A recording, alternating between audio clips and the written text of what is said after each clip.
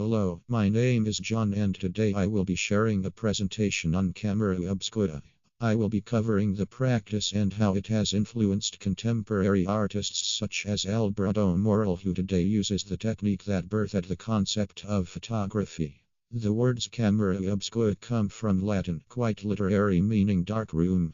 This gives a strong idea of the looks of the camera obscura rooms used in the 16th century. A room set for camera obscura would be a box of the desired size, big enough for the artist to step inside and trace the scene around himself. An incredible new form of art that allowed the artist to complete their works with incredible accuracy. The light passing through a small hole would invert itself and project onto the wall as shown in this diagram. The term camera obscura was coined in 1604 by German astronomer Johannes Kepler and it stuck. Previously, expressions referring to the device included cubiculum tenebricosum, locus obscurus and cubiculum obscurum. Throughout history, the use of camera obscura has changed from permanent to portable boxes so that artists could trace landscapes with ease. Then came portable viewing boxes that allowed the image to be seen through an eyepiece or projected onto a screen. As shown, the box has a black interior to stop any interference from other colors. Later, light-sensitive material would allow the image to be captured permanently. There are conspiracies and myths about ancient occurrences of camera obscura, including cave artworks that may have derived from small holes in animal skins hanging out to dry, along with some accidental creations of ancient gods onto structures.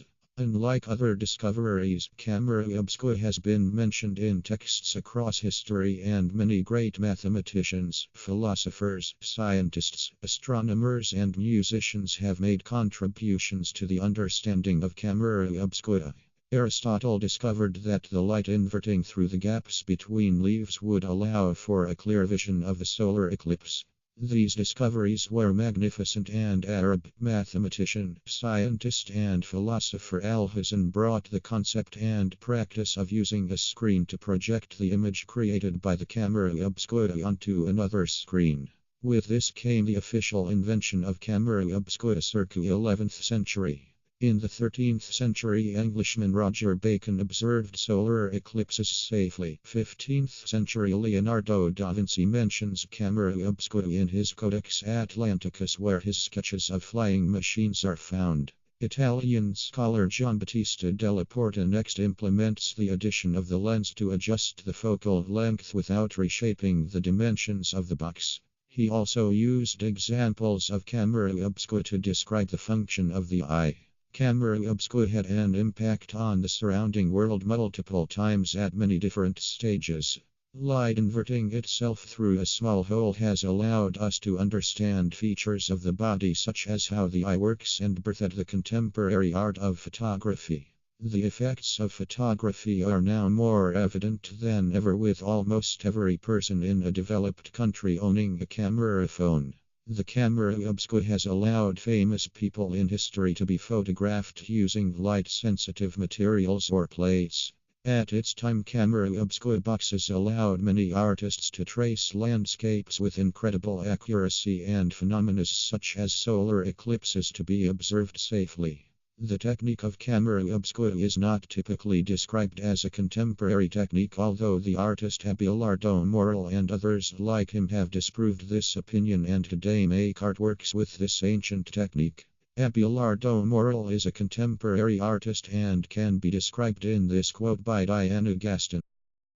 Consistently throughout his work, Morell disrupts the boundaries of a fixed or permanent understanding of things. Like Lewis Carroll's White Rabbit, Morell tests the malleability of the everyday world, presenting ordinary objects from absurd or unfamiliar vantage points, like the photographer, who transforms his subjects through unexpected perspectives and mesmerizing description. The viewer becomes transfixed by the potential of the commonplace. Diana Gaston focuses on Morell's technique to distort the everyday. This has been shown in forms such as cubism and other movements, but Morell uses the ancient camera obscura to distort the everyday. With simply laid out rooms contrasted with huge cities, he merges the images on one screen, sharing the same area yet completely different in every way. Quoting Morell, he says, "One of the satisfactions I get from making this imagery comes from my seeing the weird and yet natural marriage of the inside and outside." An example of this is displayed in his series of Camera Obscura, Manhattan View looking south in Large Room, 1996. This artwork displays all of the above previously mentioned techniques that are unique to Albelardo Morell and his work as an artist.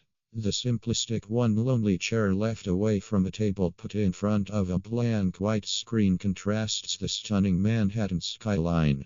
The next work example is featured in After Constable and is called Rapidly Moving Clouds Over Field, Flatford, England #2 2017. In this image the camera obscura technique is used except with a modern tent. As shown in this diagram, Morell uses a tent to place the image onto the raw ground inside of the structure. The then preset camera is used to capture the image. The mirror placed at the top of the tent projects the horizontal image flat onto the surface. These obscura images were taken in June 2017, and according to Morell, these photographs are an attempt to make contemporary images with Constable in mind. I did not want to copy what he looked at, rather I strived to look at the English landscape in his spirit. In conclusion, Albelardo Morell transforms the historical practice of camera obscura into a contemporary technique using modern technologies and landscapes. He couples scenes of camera obscura rooms with unlikely partners and ties the image together in an art form represented by very few artists in the contemporary era.